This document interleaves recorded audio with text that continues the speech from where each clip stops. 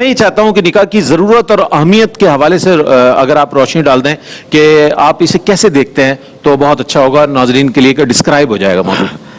اعوذ باللہ من الشیطان الرجیم بسم اللہ الرحمن الرحیم۔ اہمیت تو اس حدیث سے اندازہ کیا جا سکتا ہے جو آپ نے انٹرو میں ذکر کی کہ نبی کریم صلی اللہ علیہ وسلم نے فرمایا کہ النکاح من سنتی فمن رغب عن سنتی فلیس منی، کہ نکاح میری سنت سے ہے، جو میری سنت سے بے رغبت ہوا وہ مجھ سے نہیں۔ اس پہ اظہار ناراضگی فرمایا، اور یہ بخاری کے حدیث کے مطابق 3 صحابہ تھے جو امہات المومنین میں سے کسی کے پاس حاضر ہوئے اور انہوں نے آ کے نبی کریم صلی اللہ علیہ وسلم کے گھر کے اعمال کے بارے میں پوچھا، تو ان کو وہ ہلکا سا گمان ہوا، تو آپس میں کہنے لگے کہ ہمارے نبی تو مغفرت شدہ ہیں، آپ کے لیے تو یہ بھی عمل بہت ہے۔ اب انہوں نے آپس میں کہا، ایک نے کہا کہ میں سارے رات سوؤں گا نہیں، دوسرے نے کہا کہ میں دن میں ہمیشہ روزے رکھوں گا، تیسرے نے کہا میں شادی نہیں کروں گا۔ جب نبی کریم صلی اللہ علیہ وسلم کو پتہ چلا تو پھر آپ تشریف لے گئے اور آپ نے فرمایا کہ تم نے ایسا کہا ہے۔ پھر جو شادی والے تھے ان کو خاص طور پہ مخاطب کر کے سرکار نے یہ جملہ ارشاد فرمایا۔ اس سے پتہ چلتا ہے کہ سرکار ناراض ہوتے ہیں اگر کوئی نکاح نہ کرے، اور اس کی تشریح توضیح یہ ہے کہ اگر ایک انسان نارمل حالت میں ہے، یعنی اگر نکاح نہ کرے تو زنا کی طرف یا کسی اور غلط کام کی طرف نہیں بڑھے گا، اور حقوق زوجیت ادا کر سکتا ہو، نان نفقہ ادا کر سکتا ہو، اس کے لیے یہ فرمان ہے، اس کے لیے نکاح سنت موقدہ ہے کہ اب وہ خواہ تاخیر کرے گا تو گناہ گار ہوگا۔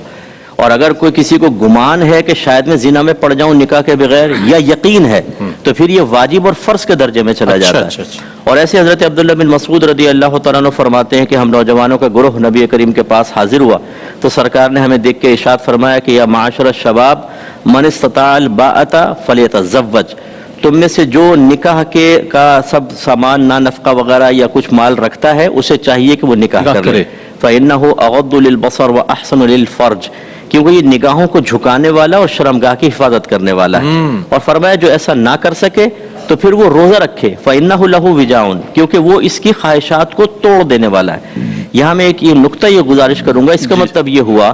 کہ شرمگاہ کی حفاظت اور نگاہوں کا جھکا ہونا یہ نبی کریم صلی اللہ علیہ وسلم کی بارگاہ میں بڑی اہمیت کا حامل ہے، اور اس کے لیے ایک طریقہ یہ بیان فرمایا کہ انسان نکاح کرے۔ اور اس میں زیادہ توجہ والی بات یہ ہے کہ نکاح کرنے کے بعد بھی اگر کوئی شرارتوں سے باز نہ ہے ٹھرکی قسم کا، تو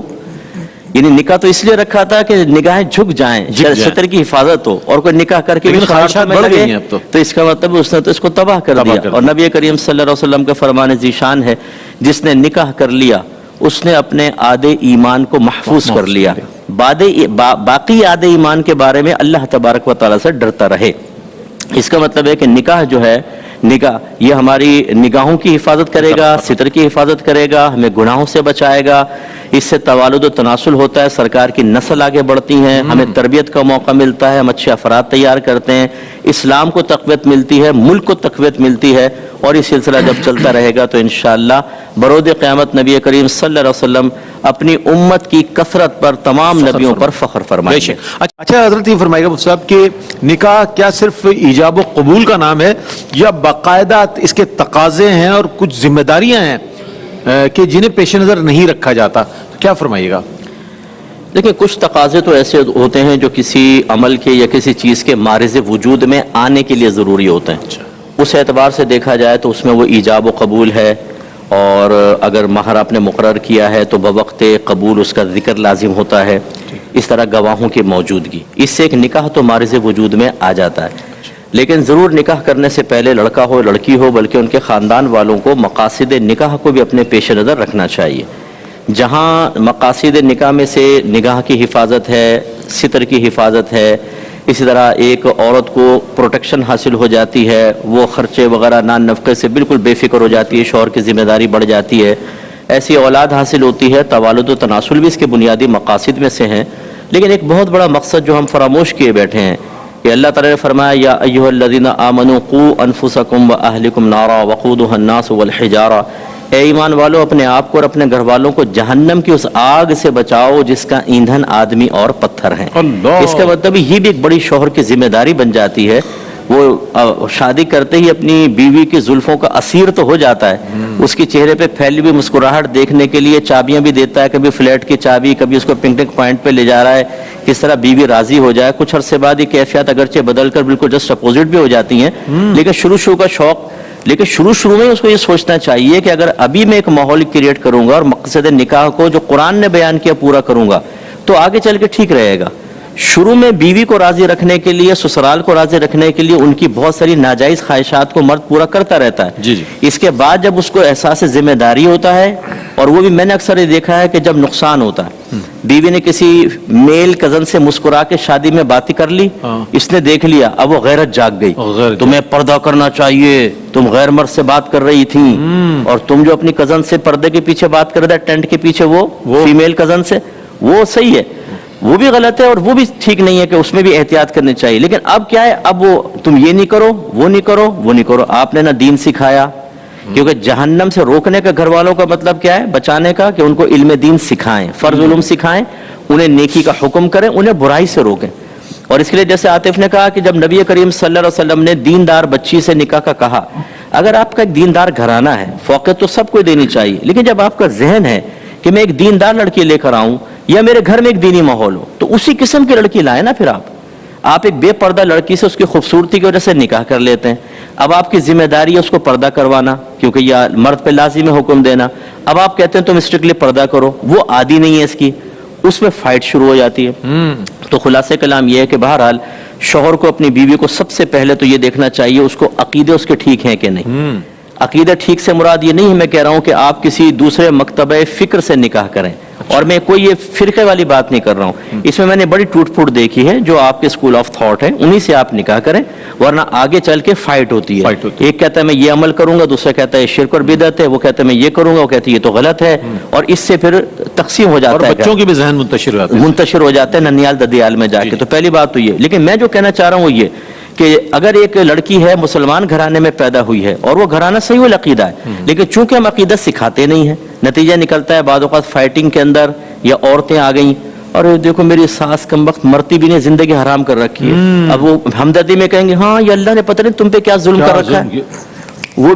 بھی گئی، دونوں گئیں، ایمان ختم. اس طرح تقدیر کے اوپر فرشتوں کا مذاق اڑانا، فرشتوں کو برا بھلا کہہ دینا، یہ شوہر کی ذمہ داری ہے نا. پھر احکام شرعیہ عملیہ سکھانا. ایک دفعہ اپنی بیوی سے کویسچن تو کریں کہ تمہیں کپڑے پاک کرنے آتے ہیں، تمہیں پتہ ہے کہ نجاست غلیظہ کیا ہے، خفیفہ کیا ہے. تم تو سارے اٹھا کے واشنگ مشین میں ڈال کے دھو کر اور غیر شرعی طریقے سے ان کو سکھا کر استری کر کے مجھے پہنا کے جمعہ بھی پڑھوا رہی ہے اور عیدین بھی. نہ جمعہ ہو رہا ہے، نہ عید ہو رہی ہے، نہ نماز ہو رہی ہے، ناپاک کپڑوں میں کہاں ہوگی. اور یہ پتہ ہی نہیں ہے. جب مسئلے سیکھیں گے تو پتہ چلے گا کہ اوہو ہمارے گھر میں تو عرصہ دراز میں نجاست غلیظہ والا لباس پہن کے نمازیں پڑھی جا رہی ہیں. اسی طریقے سے پھر جو آپ نے شروع میں فرمایا نکاح کے مسائل، طلاق کے مسائل، یقین کیجئے مجھے ایسے ایسے مسئلے ملے ہیں، انہیں کیسز آئے ہیں 20 سال پہلے طلاق ہو چکی ہے اور تینوں طلاقیں ہو چکی ہیں، نکاح ختم ہے اور وہ ساتھ رہ رہے ہیں، بچے بھی پیدا ہو رہے ہیں. اب 3 طلاقوں کے بعد اگر آپ کو علم نہیں ہے تو آپ کی وجہ سے کم علمی اور جہالت کی وجہ سے شریعت تو نہیں بدلے گی. آپ کو شریعت کو فالو کرنا ہے، نہ کہ شریعت آپ کو فالو کرے، آپ کی مجبوریوں کو بدلتی چلی جائے. اب نتیجہ کیا نکلا، اتنے عرصے زنا کر رہے ہیں آپ اور حلال سمجھ کر، اور بچے ولد الزنا پیدا ہو رہے ہیں جن کا باپ کا نسب بھی ثابت نہیں ہوگا بروز قیامت. ان بچوں کو باپ کے نام سے نہیں پکارا جائے گا. لیکن یہ کم علمی اور جہالت. تو یہ نتیجہ کیوں نکل رہا ہے؟ اسی طرح صغیرہ کبیرہ گناہ. خاندانوں کی عزتوں کی بات آ جاتی ہے جناب، ہمارا خاندان بدنام ہو جائے گا اگر ہم نے یہ ڈکلیئر کر دیا تو. اس لیے یہ بہت سارے آپ نے پہلے بھی فرمایا تھا، اس حوالے سے میں چاہتا ہوں مزید اس کو ہاں نہیں دیکھیں، اب یہاں کی بدنامی مول لے لیں یا آخرت کی بدنامی. وہاں پہ اگر جہنم میں ڈال دیا جائے گا تو پھر اس عارضی اور جھوٹی عزت کا فائدہ کیا ہے؟ صحیح. ایک میں نے مسئلہ بیان کیا حکام شریعت میں کہ اگر شوہر سے بعض اوقات الفاظ نکل جاتے ہیں اور وہ بظاہر طلاق کے بھی نہیں ہوتے لیکن طلاق ہو جاتی ہے، اور بعض اوقات اس میں تو نیت کا بھی دخل نہیں ہوتا، ایسا ہوتا ہے. وہ کچھ الفاظ ذکر کیے تو ایک شوہر نے کال کی مجھے امریکہ سے، وہ کہنے لگا کہ جی مجھے تو میری بیوی نے اندر سے کنڈے لگا لیے، کہتی ہے چلے جاؤ جب تک مفتی صاحب نہیں کہیں گے میں تمہیں قریب نہیں آنے دوں گی. کہہ لگا یہ آپ نے کیا کہہ دیا ہے؟ پھر زوجہ کو میں نے لیا، اس کو لائن پر پوچھا تو انہوں نے بتایا انہوں نے ایک وقت میں ایسے الفاظ کہے تھے، مجھے خوف محسوس ہوا کہیں میرا نکاح تو بریک نہیں ہو گیا، اس لیے میں نے ان کو منع کیا، وہ شکر ہے نہیں ہوا تھا۔ تو میں یہ سمجھاتا ہوں کہ دیکھیں شوہر کی ذمہ داری ہے، اور خلاصہ کلام یہ ہے کہ شوہر کی ذمہ داری ہے وہ خود علم دین سیکھے، اس کے تقاضے کے مطابق عمل کرے، کیونکہ کل بچوں کی تربیت کرنی ہے، اور تربیت 3 چیزوں سے ہوگی، صاحب علم ہونا چاہیے، خود رول ماڈل ہونا چاہیے، اور جو شریعت کا تقاضا اس کے مطابق تربیت کرنی چاہیے۔ یہ 3 چیزیں باپ کے لیے ضروری ہیں۔ اس کے بعد پھر وہ گھر والوں کو دین سکھائے، نیکی کا حکم کرے، برائی سے روکے، یہ نکاح کے بڑے مقاصد میں سے ہیں۔ جو نہیں پورا کرے گا، آپ کے نبی نے فرمایا کلکم راعین وکلکم مسئول عن رعیتہ، تم میں سے ہر شخص نگہبان ہے، اس سے اس کی رعایا کے بارے میں برود قیامت کویسچن ہوگا۔ اور مرد کے بارے میں فرمایا مرد اپنے گھر والوں پر حاکم ہے، اس سے اس کی بیوی بچوں کے بارے میں برود قیامت کویسچن ہوگا۔ اس لیے یاد رکھیں یہ چائے مل رہی ہے گرم گرم، سحریاں مل رہی ہیں، افطاریاں مل رہی ہیں، کپڑے استری شدہ مل رہے ہیں، سیڑ بن کے بیٹھے ہوئے ٹانگ پر ٹانگ رکھ کے کہ حکومت مل گئی صاحب، بیوی کام کر رہی ہے، لیکن بروز قیامت یہی بیوی سامنے کھڑے ہو کر کہے گی اللہ تعالیٰ اس سے حساب و کتاب لے کہ اس نے اپنی ذمہ داری پوری نہیں کی تھی۔ اس کے لیے بھی تیار رہیں۔ بہت بہت زبردست، بڑی رہنما بات